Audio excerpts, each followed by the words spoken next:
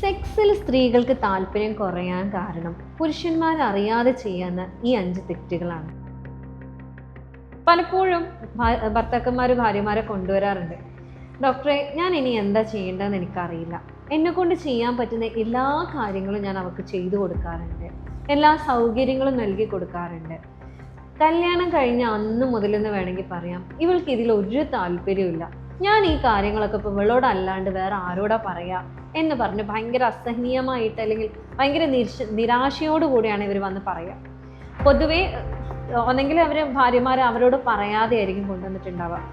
ഭാര്യമാരോട് ഞങ്ങൾ പറഞ്ഞിട്ടില്ല, ഭാര്യനോട് പറഞ്ഞിട്ടില്ല, ഡോക്ടർ വേണം പറയാൻ, കാരണം ഈ കാരണമാണെന്ന് പറഞ്ഞു കഴിഞ്ഞാൽ അവൾ ഇതിന് സമ്മതിക്കില്ല എന്നുള്ളത്. പക്ഷേ ഇവരുടെ ഡീറ്റെയിൽ എടുക്കുമ്പോൾ പലപ്പോഴും അവരുടെ ഹസ്ബൻഡ് തന്നെ, അതായത് ഈ കൊണ്ടുവന്ന ആൾ തന്നെ കാരണമായിരിക്കും ഈ ഒരു താല്പര്യക്കുറവിന് എന്നുള്ളതാണ് അതിൽ വലിയൊരു സത്യം എന്നുള്ളത്. അപ്പം പുരുഷന്മാർ ചെയ്യുന്ന, അല്ലെങ്കിൽ നിങ്ങൾ പോലും അറിയാതെ നിങ്ങൾ ചെയ്യുന്ന 5 തെറ്റുകൾ എന്താണ്, അല്ലെങ്കിൽ 5 മിസ്റ്റേക്സ് എന്താണ് എന്നുള്ളതാണ് ഈ വീഡിയോയിൽ നിന്ന് നമ്മൾ ഡീറ്റെയിൽ ആയിട്ട് നോക്കുന്നത്. ഞാൻ ഡോക്ടർ ഹിബ അബ്ദുൽ മജീദ്, ഡോക്ടർ ഹിബ സരോവിയ, പെരിന്തൽമണ്ണ, മലപ്പുറം ജില്ല.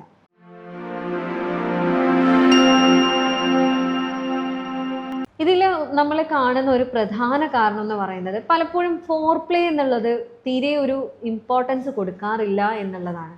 അതായത് നമ്മൾ ഇവരോട് ചോദിക്കുന്ന സമയത്ത് പൊതുവേ പുരുഷന്മാർ പറയാറുള്ളത് ഫോർപ്ലേ ഒക്കെ ഞാൻ ചെയ്തു കൊടുക്കാറുണ്ട്, എല്ലാം ഞാൻ ചെയ്തു കൊടുക്കാറുണ്ട്, പക്ഷേ ഫോർപ്ലേക്ക് പോലും എൻ്റെ കയ്യിൻ്റെ അടുത്ത് അവൾ നിൽക്കാൻ താല്പര്യപ്പെടാറില്ല, അല്ലെങ്കിൽ എന്നെ സ്പർശിക്കാൻ അവൾ സമ്മതിക്കാറില്ല എന്നുള്ളതാണ്. പക്ഷേ ഇതിൻ്റെ ഒരു പ്രധാന കാരണം എന്താണെന്ന് വെച്ചാൽ ഫോർപ്ലേ എന്താണ് എന്നുള്ളത് നിങ്ങൾ കറക്റ്റ് മനസ്സിലാക്കിയിട്ടില്ല എന്നുള്ളതാണ്. ഫോർപ്ലേ എന്ന് പറയുന്നത് ഒരു സ്ത്രീയെയും ഒരു പുരുഷനെയും ഈ ഒരു സെക്ഷൽ ആക്റ്റിലേക്ക് മാനസികമായി പ്രിപ്പയർ ചെയ്ത് കൊണ്ടുവരിക എന്നുള്ളൊരു കളിയാണ്, അല്ലെങ്കിൽ ഒരു കലയാണ്. കാരണം പലപ്പോഴും സ്ത്രീകളുടെ ഭയങ്കര സെൻസിറ്റീവായിട്ടുള്ള ഏരിയകളിൽ തൊട്ട് കഴിഞ്ഞാലാണ് അവർ ഉണരുക എന്നുള്ളൊരു തെറ്റായ ധാരണ പുരുഷന്മാർക്കുണ്ട്. ഫോർപ്ലേ എന്ന് പറയുന്നത് ജസ്റ്റ് അവരെ സ്പർശിക്കുക എന്നുള്ളത് മാത്രമല്ല. ഈ ഫോർപ്ലേ എന്ന് പറയുന്നതിന് ഫിസിക്കൽ ഇൻറ്റിമസി മാത്രമല്ല, ഇമോഷണൽ ഇൻറ്റിമസീൻ്റെ കൂടുതൽ ഇമ്പോർട്ടൻസ് ഉണ്ട്. അതായത് ഇപ്പോൾ നിങ്ങളൊരു സ്ത്രീ അല്ലെങ്കിൽ നിങ്ങളുടെ ഭാര്യയോട് നല്ല രീതിയിൽ വഴക്കിട്ടിട്ട് നിങ്ങൾ ഓക്കെ ആയി തിരിച്ചു വന്നു. പക്ഷെ ഈ ആൾ ഇപ്പോഴും അപ്പം എങ്ങനെയാണോ മുഖത്ത് കടുന്നൽ കുത്തിയത് അതേ രീതിയിലാണ് നിൽക്കുന്നത്. എന്നിട്ട് നിങ്ങൾ രാത്രി ഇതൊന്നും വക വയ്ക്കാതെ, അല്ലെങ്കിൽ ഇങ്ങനെ ഒരു പ്രശ്നമേ അവിടെ ഉണ്ട് എന്നുള്ളത് മനസ്സിൽ പോലും ഓർക്കാതെ നിങ്ങൾ അവരുടെ അടുത്ത് സ്പർശിക്കാൻ വേണ്ടി ചെന്ന് കഴിഞ്ഞാൽ, അല്ലെങ്കിൽ സമീപിക്കാൻ വേണ്ടി ചെന്ന് കഴിഞ്ഞാൽ അവരെ കയ്യിൽ നിന്നുണ്ടാവുന്ന റിയാക്ഷൻ എങ്ങനെയാണ്? എൻ്റെ 7 അയലത്ത് വന്നു പോകരുത്, ഞാൻ വല്ല കടുങ്കൈ ഞാൻ ചെയ്യുമെന്നായിരിക്കും. കാരണം എന്താണെന്ന് വെച്ചാൽ നിങ്ങൾ പറയുന്നുണ്ടാവും സ്ത്രീകൾക്ക്, അല്ലെങ്കിൽ നിങ്ങൾ വിചാരിക്കുന്നുണ്ടാവും സ്ത്രീകൾക്ക് എന്താണ് ഇത്രയും പ്രശ്നം, ഇവരെന്തിനാ ഇങ്ങനെ ഇത് മനസ്സിലിട്ട് കൊണ്ട് നടക്കുന്നതുകൊണ്ടല്ലേ പ്രശ്നം എന്നുള്ളത്. പലപ്പോഴും ഇവിടെ എന്താണെന്ന് വെച്ചാൽ നിങ്ങൾ തമ്മിലൊരു നല്ല കമ്മ്യൂണിക്കേഷൻ വരികയാണെന്നുണ്ടെങ്കിൽ ഈ ഒരു പ്രശ്നം സോൾവ് ആവും. ഓക്കെ, ചിലപ്പോൾ അവരുടെ ഭാഗത്തുണ്ടായ മിസ്റ്റേക്ക് ആയിരിക്കാം, ചിലപ്പോൾ നിങ്ങളുടെ ഭാഗത്തുണ്ടായ മിസ്റ്റേക്ക് ആയിരിക്കാം. പക്ഷെ ആരാണ് ശരി എന്നുള്ളതിനെക്കാട്ടിലും എന്തിനാണ് ഈ ശരി എന്നുള്ളതാണ് നിങ്ങൾ ആലോചിക്കേണ്ടത്. നിങ്ങൾ തമ്മിലുള്ള സംസാരം ഓക്കെ ആയി കഴിഞ്ഞ് കഴിഞ്ഞാൽ അവർ മാനസികമായി നിങ്ങളുമായിട്ട് കണക്റ്റഡ് ആവും. നിങ്ങൾക്ക് ആ ഒരു കണക്ഷൻ ഫീൽ ചെയ്ത് കഴിഞ്ഞാൽ, emotional security, emotional connection feel ചെയ്ത് കഴിഞ്ഞാൽ അവർ ഇമോഷണൽ ഇൻറ്റിമസി അവിടെ ശരി വീണു. അതായത് അവർ ഇമോഷണലി ഇൻറ്റിമേറ്റ് ആയി.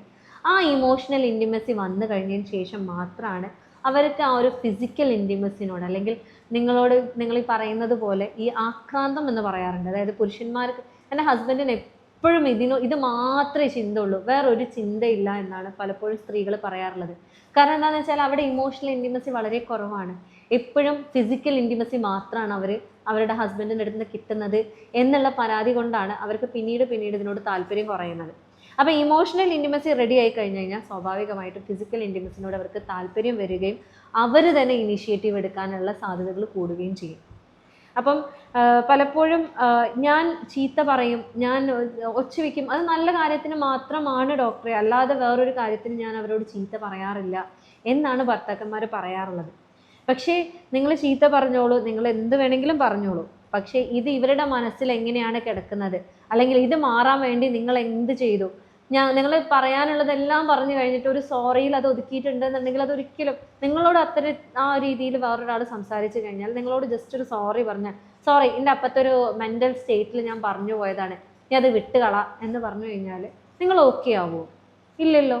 അതേപോലെ തന്നെയാണ് പ്രത്യേകിച്ച് നിങ്ങളെക്കാൾ ഇമോഷണലി സെൻസിറ്റീവ് ആയിട്ടുള്ള ഒരാളാണ് സ്ത്രീ എന്ന് പറയുന്നത്. അപ്പോൾ അവർക്ക് എന്തായാലും അവരുടെ ഉള്ളിൽ അത് കൊണ്ടിട്ടുണ്ടാവും. ഒന്നെങ്കിൽ നിങ്ങൾ അങ്ങനെ പറയാതെ ശ്രമിക്കുക. അതായത് നിങ്ങൾ മാന്യമായിട്ട് കുറച്ചും കൂടെ സൗണ്ട് സോഫ്റ്റർ ആയിട്ട് കാര്യങ്ങൾ പറയുകയാണെന്നുണ്ടെങ്കിൽ നിങ്ങൾ എന്തിനാണോ ഒച്ച വെച്ചത് അതൊന്നും കൂടെ എളുപ്പത്തിൽ നടക്കുകയാണ് ചെയ്യുന്നത്. ഓക്കെ, അപ്പം നിങ്ങൾ തമ്മിലുള്ള മാക്സിമം വഴക്കാകാതെ ഒരു മയത്തിൽ സോൾവ് ചെയ്യാൻ വേണ്ടിയിട്ട് എപ്പോഴും ശ്രദ്ധിക്കുക. കാരണം രണ്ടുപേരും രണ്ട് കൾച്ചറിലുള്ള ആളുകളാണ്, രണ്ടുപേരും രണ്ട് ചുറ്റുപാടുകളിൽ വളർന്ന ആളുകളാണ്, രണ്ട് വൃത്തിയായിരിക്കാം, രണ്ട് സ്വഭാവങ്ങളായിരിക്കാം, രണ്ട് ഇഷ്ടങ്ങളായിരിക്കാം. ഇതിനെയെല്ലാം പൊരുത്തപ്പെടണം എന്നുണ്ടെങ്കിൽ നിങ്ങൾക്ക് പരസ്പരം ഒരു നല്ല കമ്മ്യൂണിക്കേഷൻ വേണം. എൻ്റെ വൈഫിന് ഇത് ഇഷ്ടമല്ല, സോ അവളെ ഞാൻ നിർബന്ധിക്കരുത്, അല്ലെങ്കിൽ അവളെ മനസ്സിലാക്കാൻ ഞാൻ ബാധ്യസ്ഥനാണ് എന്നുള്ള ആ ഒരു ബോധം കൂടി നിങ്ങൾക്ക് വരണം. അല്ലാതെ ഞാൻ ഭർത്താവാണ്, ഞാൻ ഭരിക്കുന്ന ആളാണ്, ഞാൻ പറഞ്ഞാലേ അവിടെ കാര്യങ്ങൾ നടക്കുള്ളൂ, ഞാൻ പറയുന്നത് പോലെ നടക്കാവൂ എന്നുള്ള രീതിയിലാണ് നിങ്ങളെ വൈഫിനെ സമീപിക്കുന്നതെന്നുണ്ടെങ്കിൽ സ്വാഭാവികമായിട്ടും അവിടെ ഒരു ഇമോഷണൽ ഇൻറ്റിമസി ഇല്ല. നിങ്ങൾക്ക് തമ്മിലുള്ള ആ ഒരു സെക്ഷുവൽ ഇൻറ്റിമസി വരണം എന്നുണ്ടെങ്കിൽ ഇവിടെ ഇമോഷണൽ ഇൻറ്റിമസി ഇല്ലാണ്ട് ആ ഒരു ഭാഗത്തേക്ക് പോകുകയില്ല.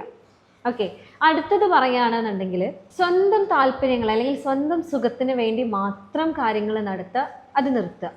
ആ ഒരു രീതിയാണെന്നുണ്ടെങ്കിൽ പൊതുവേ ഈ ഒരു താല്പര്യക്കുറവ് ഉണ്ടാകാറുണ്ട്. കാരണം പല ആളുകൾക്കും സമയക്കുറവ് എന്നുള്ളൊരു പ്രശ്നം ഉണ്ടാവാറുണ്ട്. അത് ട്രീറ്റ്മെൻറ്റ് എടുത്തിട്ടില്ല എന്നാണെങ്കിൽ സ്വാഭാവികമായിട്ടും നിങ്ങളെ വൈഫിന് അതിൽ പരാതി ഉണ്ടാവും. അതായത് നിങ്ങൾക്ക് സമയം വളരെ കുറവാണ്, നിങ്ങളെ പാർട്ട്ണറെ നിങ്ങൾ തൃപ്തിപ്പെടുത്തുന്നില്ല എന്നാണെന്നുണ്ടെങ്കിൽ അവർക്ക് അതിൽ വിരക്തി ഉണ്ടാവും. എന്തിനാ വെറുതെ ഞാൻ കിടന്നു കൊടുക്കുന്നത്, എനിക്കിതിൽ എന്തായാലും പ്രത്യേകിച്ച് സുഖമൊന്നുമില്ല, പിറ്റത്തെ ദിവസം കുളിക്കണം, അല്ലെങ്കിൽ ഞാൻ ചെയ്യേണ്ട കാര്യങ്ങളിൽ എനിക്ക് ക്ഷീണം വരികയാണ് എന്നുള്ള രീതിയിലൊക്കെ ആയിരിക്കും നിങ്ങളെ പാർട്ട്ണറിന് തോന്നുക. ചില കേസുകളിൽ നിങ്ങളെ ഫോർപ്ലേ കുറവായതുകൊണ്ട് തന്നെ നിങ്ങൾക്ക് ടൈം ഉണ്ടെങ്കിലും നിങ്ങളെ വൈഫിന് ഓർഗാസത്തിൽ എത്താൻ സാധിക്കില്ല, ഗതിമൂർച്ചയിൽ എത്താൻ സാധിക്കില്ല. കാരണം അവരൊന്ന് മൂഡായി അവർ ആ ഒരു രീതിയിലേക്ക് എത്തുന്ന സമയമാകുമ്പോഴേക്കും നിങ്ങൾക്ക് ആക്ച്വലി പോയിട്ടുണ്ടാവും, നിങ്ങളുടെ ശുക്ലം പാസ് ചെയ്തിട്ടുണ്ടാവും. അപ്പോൾ സ്വാഭാവികമായിട്ടും ഇവർക്ക് ഇതിനോടുള്ള താല്പര്യം കുറഞ്ഞു പോകും. അപ്പോൾ എൻ്റെ താല്പര്യങ്ങൾ അല്ലെങ്കിൽ എൻ്റെ ഇഷ്ടങ്ങൾ എന്താണെന്ന് പോലും ചോദിക്കാതെ സ്വന്തം ഇഷ്ടം മാത്രം നിറവേറ്റി പോകാനുള്ള ഒരു പാവയല്ല ഞാൻ എന്നുള്ളത് കാലക്രമേണ അവരുടെ മനസ്സിൽ തോന്നാനുള്ള സാധ്യതകളും അതേപോലെ ഇതിനോടുള്ള താല്പര്യക്കുറവ് വരാനുള്ള ചാൻസും വളരെ കൂടുതലാണ്. അതേപോലെ മറ്റൊരു പ്രശ്നമാണ്, ഡോക്ടറെ എൻ്റെ ഹസ്ബൻഡ് ബെഡ്റൂമിൻ്റെ ഉള്ളിൽ കയറിയ ഒരാളും പുറത്തിറങ്ങിയ വേറൊരാളുമാണെന്ന് പറയും. കാരണം എന്താണെന്ന് വെച്ചാൽ ബെഡ്റൂമിൻ്റെ ഉള്ളിൽ നിന്ന് ഭയങ്കര സ്നേഹമാണ്, ഒലിപ്പിക്കലാണ്, മുത്തേ ചക്കരെ തേനെ എന്നൊക്കെ പറഞ്ഞ് ഭയങ്കര കരുതലാണ്, നിനക്ക് വിഷമായോ ഞാൻ അങ്ങനെ പറഞ്ഞെന്നൊക്കെ പറഞ്ഞ് എന്നെ സോപ്പിടാൻ പറ്റുന്ന മാക്സിമം പതപ്പിച്ചിട്ടാണ് എൻ്റെ ബെഡ്റൂമിൻ്റെ ഉള്ളിൽ ഉണ്ടാവുക. പക്ഷെ പുറത്തിറങ്ങിക്കഴിഞ്ഞാൽ അത് ആ ആളാണെന്ന് പോലും തോന്നാറില്ല. പുറത്തിറങ്ങിക്കഴിഞ്ഞാൽ എന്നെ ചീത്ത വിളിക്കുന്നതിന്, മറ്റുള്ളവരുടെ മുന്നിൽ കളിയാക്കുന്നതിന്, എന്നോട് പറയുന്ന വാക്കുകൾ എന്താണെന്ന് പോലും ആൾ ചിന്തിക്കാറില്ല. പലപ്പോഴും എനിക്ക് ഭയങ്കര സങ്കടം തോന്നിയിട്ടുണ്ട്. എന്നെ ഒന്ന് ചേർത്ത് പിടിച്ചിരുന്നെങ്കിൽ, എൻ്റെ കൂടെ ഒന്ന് ഇരുന്നിരുന്നെങ്കിൽ, എന്നോട് എല്ലാവരും സംസാരിക്കുന്നത് പോലെ മാന്യമായിട്ട് ബഹുമാനത്തോടു കൂടെ സംസാരിച്ചിരുന്നെങ്കിൽ. കാരണം എൻ്റെ ഹസ്ബൻഡ് സംസാരിക്കുന്നത് പോലെയാണ് ആ വീട്ടിലുള്ള ബാക്കിയുള്ള ആളുകൾ എന്നോട് സംസാരിക്കുന്നത്. എൻ്റെ ഹസ്ബൻഡിന് എന്നോട് വിലയില്ല എന്നാണെങ്കിൽ പിന്നെ ആ വീട്ടിൽ എനിക്ക് എന്ത് വിലയുണ്ടാവുക, എൻ്റെ മക്കൾക്ക് എന്നോട് എന്ത് വിലയുണ്ടാവുക എന്നൊക്കെ പറഞ്ഞ് പരാതി പറയുന്ന ഒരുപാട് ഭാര്യമാരുണ്ട്. അപ്പോൾ നിങ്ങൾ എപ്പോഴും ശ്രദ്ധിക്കുക, നിങ്ങൾ ബെഡ്റൂമിൻ്റെ ഉള്ളിൽ അവരെ എത്രത്തോളം സ്നേഹിക്കുന്നോ, അവരോട് എത്രത്തോളം കരുതൽ കാണിക്കുന്നോ, അതേ കരുതലും അതേ സ്നേഹവും അവർ ബെഡ്റൂമിൻ്റെ പുറത്തും ആഗ്രഹിക്കുന്നുണ്ട്. പുറത്ത് കൈ പിടിച്ച് നടന്നു കഴിഞ്ഞാൽ കൈ തട്ടിക്കളയുക, ആളുകൾ കാണും, ആൾക്കാർ കാണും എന്നാണ് എപ്പോഴും എൻ്റെ ഹസ്ബൻഡ് പറയുന്നത്. ഞാൻ ആരാണ്ട് കെട്ടിയോനെ പോയിട്ടല്ലല്ലോ കൈ പിടിക്കുന്നത്, എൻ്റെ സ്വന്തം കെട്ടിയോൻ്റെ കൈയല്ലേ പിടിക്കുന്നത് എന്നാണ് പലപ്പോഴും പല സ്ത്രീകളും പറയാറുള്ളത്. സോ അവർക്കും അവർ ആഗ്രഹിക്കുന്ന ചെറിയ ചെറിയ സ്നേഹം അല്ലെങ്കിൽ സ്നേഹപ്രകടനങ്ങൾ, നിങ്ങൾ കരുതൽ, ഇതെല്ലാം അവർക്കൊരു സ്നേഹമാണ്. ജസ്റ്റ് ഒരു കരുതൽ നിങ്ങൾ കാണിച്ചു കഴിഞ്ഞാൽ അവർക്ക് ഫീൽ ചെയ്യുന്ന ഒരു ഇമോഷണൽ ഇൻറ്റിമസി, ഇമോഷണൽ സെക്യൂരിറ്റി എന്ന് പറയുന്ന ഒരു സാധനമുണ്ട്. അത് വളരെ കൂടുതലാണ്. അത് ഫീൽ ചെയ്ത് കഴിഞ്ഞാൽ തന്നെ സ്വാഭാവികമായിട്ടും എൻ്റെ ഹസ്ബൻഡ് ഒരുപാട് സ്നേഹിക്കുന്നുണ്ട്, ഞാനും പുള്ളീനെ ഒരുപാട് സ്നേഹിക്കുന്നുണ്ട്, ഈ ഒരു സാധനം വന്നാൽ തന്നെ അവർക്ക് ആ ഒരു ഫിസിക്കൽ ഇൻറ്റിമസിനോടുള്ള താല്പര്യം നല്ല രീതിയിൽ കൂടും. അപ്പോൾ ഈ ഒരു ബെഡ്റൂമിന് പുറത്തുള്ള ഇൻറ്റിമസി എന്ന് പറയുന്നത് ഭയങ്കര മോശമായിട്ട് കാണിക്കണം, അല്ലെങ്കിൽ ബെഡ്റൂമിൻ്റെ ഉള്ളിൽ പോലെ തന്നെ നിങ്ങൾ പുറത്ത് കാണിക്കണം എന്നുള്ളതല്ല. മാന്യമായ രീതിയിൽ നിങ്ങൾ ടച്ച് ആണെങ്കിലും സംസാരമാണെങ്കിലും ആക്ട് ഓഫ് സർവീസ് ആണെങ്കിലും നിങ്ങൾക്ക് പറ്റാവുന്ന രീതിയിൽ നിങ്ങൾ പ്രകടിപ്പിക്കുക എന്നുള്ളതാണ്. അതേപോലെ അടുത്തത് പറയുകയാണെന്നുണ്ടെങ്കിൽ വിമർശനങ്ങൾ വളരെ പ്രശ്നമുള്ള ഒരു കാര്യമാണ്. വിമർശിക്കണം, ഹെൽത്തി ആയിട്ട് വിമർശിക്കണം. നിങ്ങൾക്ക് വിമർശനം ഉണ്ടോ, നിങ്ങൾ പ്രൈവറ്റായിട്ട് ആളോട് സംസാരിക്കുക. ആളുകളുടെ ഇടയിൽ, അല്ലെങ്കിൽ ഇവളെ കൊണ്ടൊക്കെ എന്തിനാ പറ്റിയ, ആ കുഗ്രാമത്തിൽ നിന്ന് വന്നതല്ലേ, അല്ലെങ്കിൽ ഇത്രയല്ലേ പഠിച്ചിട്ടുള്ളൂ, അവളെ ബോഡി ഒന്ന് നോക്കേ, എന്തൊരു തടിച്ചിട്ടാണ്, എന്തൊരു മെലിഞ്ഞിട്ടാണ്, അല്ലെങ്കിൽ അവളുടെ സൗന്ദര്യം എന്താണ്. പല സ്ത്രീകളും നമ്മുടെ മുന്നിൽ വന്ന് കരഞ്ഞിട്ടുണ്ട്. ഡോക്ടറെ, എൻ്റെ ഹസ്ബൻഡ് എന്നോട് ആദ്യ രാത്രിയിൽ പറഞ്ഞിട്ടുള്ളത്, ഫോണിൽ കാണുന്ന ആ പെണ്ണിൻ്റെ ശരീരമല്ല എനിക്ക്, അതുകൊണ്ട് എന്നോട് താല്പര്യമില്ല എന്നുള്ളതാണ്. പിന്നീട് ആൾ മാറി, പിന്നെ ഫോണ് കാണൽ നിർത്തി, എല്ലാം കൊണ്ടും ആളൊരു നല്ല മനുഷ്യനായി. പക്ഷേ ഇന്നും എൻ്റെ മനസ്സിൽ എൻ്റെ ഹസ്ബൻഡ് എങ്ങനെയാണോ എന്നോട് അന്ന് സംസാരിച്ചത്, ആ ഒരു ഓർമ്മയാണ് ഇപ്പോഴും എനിക്കുള്ളത്. ആൾ എന്നെ സമീപിക്കുമ്പോൾ എന്നോടുള്ള സ്നേഹം കൊണ്ടല്ലല്ലോ, ആളുടെ ആവശ്യം തീർക്കണമല്ലോ എന്നുള്ളതുകൊണ്ട് മാത്രമല്ലേ വരുന്നത് എന്നുള്ളതാണ് ഇപ്പോഴും എനിക്ക് ഫീൽ ചെയ്യുന്നത്.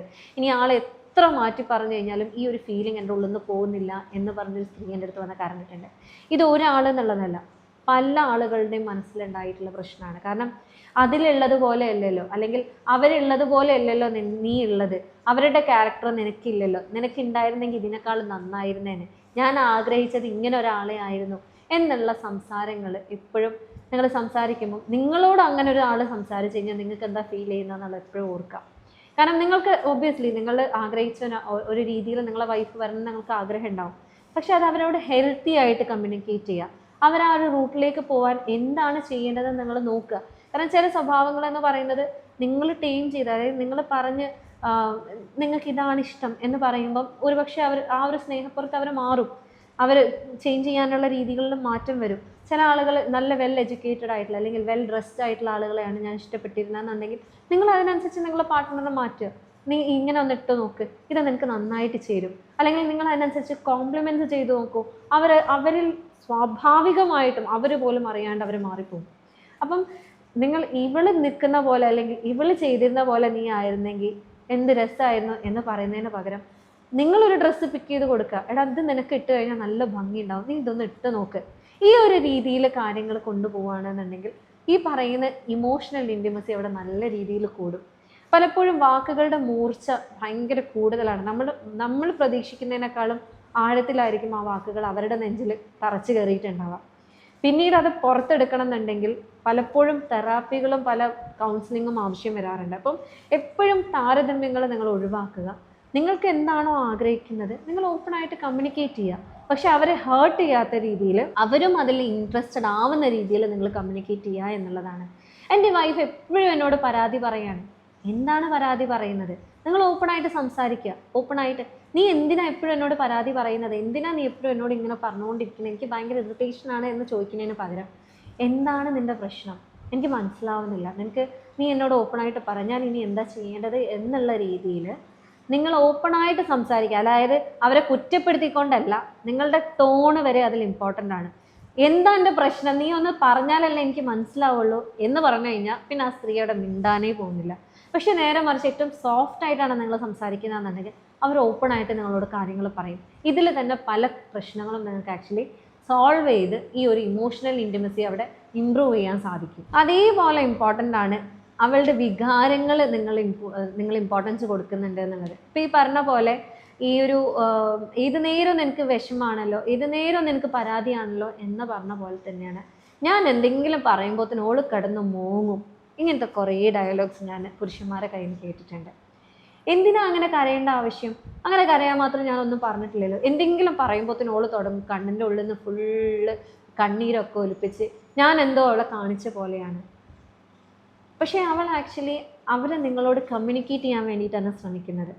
ജസ്റ്റ് ഒന്ന് ചേർന്ന് നിന്ന് നിനക്ക് എന്താ പറ്റിയത്, നീ എന്താ പറയാൻ ആഗ്രഹിക്കുന്നത്, ഞാൻ ഇനി എന്താ വേണ്ടത്, അല്ലെങ്കിൽ ഞാൻ എന്ത് ചെയ്തതാണ് നിനക്ക് ഓക്കെ അല്ലാത്തത്, അല്ലെങ്കിൽ നമ്മൾ ഇനി എന്താ ചെയ്യേണ്ടത്, ഇത്തരത്തിലുള്ള ചോദ്യങ്ങൾ തന്നെ അവരുടെ പകുതി പ്രശ്നങ്ങൾ ഇല്ലാണ്ടാക്കുകയാണ്. ചിലപ്പോൾ നിങ്ങളുടെ ഭാഗത്ത് ഒരു തെറ്റും ഉണ്ടാവില്ല കേട്ടോ, അതും കൂടെ ഞാൻ പറയാം, നിങ്ങളുടെ ഭാഗത്ത് ഒരു തെറ്റും ഉണ്ടാവില്ല.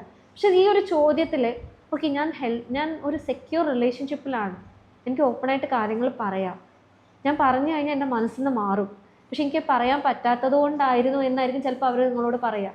ഓപ്പണായിട്ട് അവർ നിങ്ങളോട് കാര്യങ്ങൾ സംസാരിച്ച് കഴിഞ്ഞാൽ അവരിൽ ചിലപ്പം പല രീതിയിലുള്ള സ്ട്രെസ് ഉണ്ടാവും. ഒരു സ്ത്രീനെ സംബന്ധിച്ചിടത്തോളം അവർ മൾട്ടി ടാസ്കിങ് ആണ് ചെയ്യുന്നത്. അവരവരുടെ വീട് നോക്കുന്നുണ്ട്, മക്കളെ നോക്കുന്നുണ്ട്, പഠിപ്പിക്കുന്നുണ്ടാവും, അവർ ഇനി ഒരു ജോലി ചെയ്യുന്നുണ്ടെങ്കിൽ അത് നോക്കുന്നുണ്ട്, അതിലുള്ള പ്രഷർ വീട്ടിൽ കൊണ്ടുവരുന്നുണ്ട്, പുറമേക്ക് ചിലപ്പോൾ അത് കാണുന്നുണ്ടാവില്ല, പക്ഷെ അകമേക്ക് ചിലപ്പോൾ ഇങ്ങനെ തോട്ട്സ് ആയിരിക്കും. ചിലപ്പോൾ ഇൻലോസ് ആയിട്ടുണ്ടായ എന്തെങ്കിലും സംസാരങ്ങളായിരിക്കാം, ചിലപ്പോൾ നിങ്ങളോട് തന്നെ ഉണ്ടായ സംസാരങ്ങളായിരിക്കാം, ഓഫീസിലുണ്ടായ അവരുടെ ബോസുമായിട്ടുള്ള സംസാരങ്ങളായിരിക്കാം, കൊളീഗ്സ് തമ്മിലുള്ള സംസാരങ്ങളായിരിക്കാം. ഇതൊക്കെ പല രീതിയിലുള്ള സ്ട്രെസ്സാണ് ഇവർക്ക് കൊടുക്കുന്നത്. പലപ്പോഴും ഇത് പുറത്തേക്ക് കളയാനുള്ള ഒരു ഓപ്ഷൻ അവർക്കില്ല. ഇത് ഉള്ളിൽ കിടന്ന് ഇങ്ങനെ കളിക്കുമ്പം ചെറുതായിട്ട് എന്തെങ്കിലും വരികയാണെങ്കിൽ ഇത് മല പോലെ ഇങ്ങ് ആ ആളുടെ മേത്തേക്ക് വരും. പലപ്പോഴും ഇത് സംഭവിക്കുന്നത് എൻ്റെ സേഫ് സ്പേസ് എൻ്റെ ഹസ്ബൻഡ് ആയതുകൊണ്ട് എൻ്റെ മനസ്സിലുള്ള എല്ലാം ഞാൻ ഡംപ് ചെയ്യുന്ന എൻ്റെ ഹസ്ബൻഡിൻ്റെ അടുത്താണെന്ന് പറയുന്ന പല ആളുകളുണ്ട്. അതിൽ അവർ ഓക്കെ ആയിട്ടുള്ള ആളുകളുണ്ട്. കാരണം അവരുടെ ഹസ്ബൻഡ് അത്രയും അവരെ സപ്പോർട്ട് ചെയ്യുന്നതുകൊണ്ട് തന്നെ പറയാനുള്ളത് പറഞ്ഞു കഴിഞ്ഞാൽ ആൾ ഓക്കെയാണ്, ഹസ്ബൻഡ് ഓക്കെയാണ്, അവർ തമ്മിൽ നല്ലൊരു ഇൻറ്റിമസി അവിടെ വരാറുണ്ട്.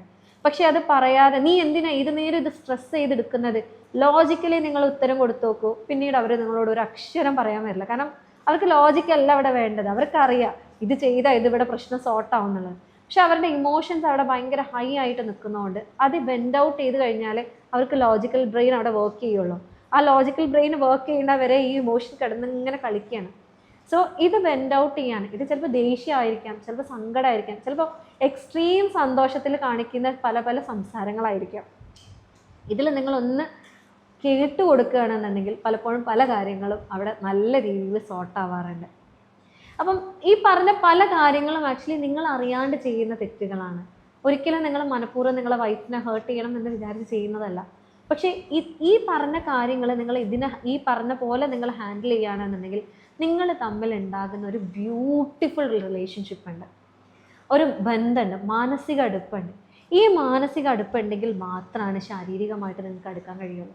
ഇനിയിപ്പോൾ നന്നായിട്ട് സെക്ഷുവലായിട്ട് നിങ്ങൾ ആക്റ്റീവ് ആണെങ്കിൽ പോലും നിങ്ങൾക്ക് ഈ മാനസിക അടുപ്പം ഇല്ല എന്നാണെങ്കിൽ കുറച്ച് കഴിഞ്ഞാൽ ഇതിൽ മടുപ്പ് വന്നു തുടങ്ങും, സ്വാഭാവികമായിട്ടും മടുപ്പ് വന്നു തുടങ്ങും. അപ്പം ഇത്തരം കാര്യങ്ങൾ നിങ്ങളുടെ പാർട്ട്ണറുമായിട്ടുള്ള കാര്യങ്ങൾ ശ്രദ്ധിക്കുന്നുണ്ട് എന്നുണ്ടെങ്കിൽ എന്നും ഒരു ഹാപ്പി ആയിട്ടുള്ള ഒരു കുടുംബജീവിതം, അത് സെക്ഷുവലി ആയിട്ടാണെങ്കിലും ഇമോഷണലി ആയിട്ടാണെങ്കിലും മെൻ്റലി ആയിട്ടാണെങ്കിലും നിങ്ങൾക്ക് ഉണ്ടാവും. സോ കൂടുതൽ വീഡിയോസുമായിട്ട് ഇനിയും കാണാം. ഞാൻ ഡോക്ടർ ഹിബ അബ്ദുൽ മജീദ്, ഡോക്ടർ ഹിബ സറോവിയ, പെരിന്തൽമണ്ണ, മലപ്പുറം ജില്ല.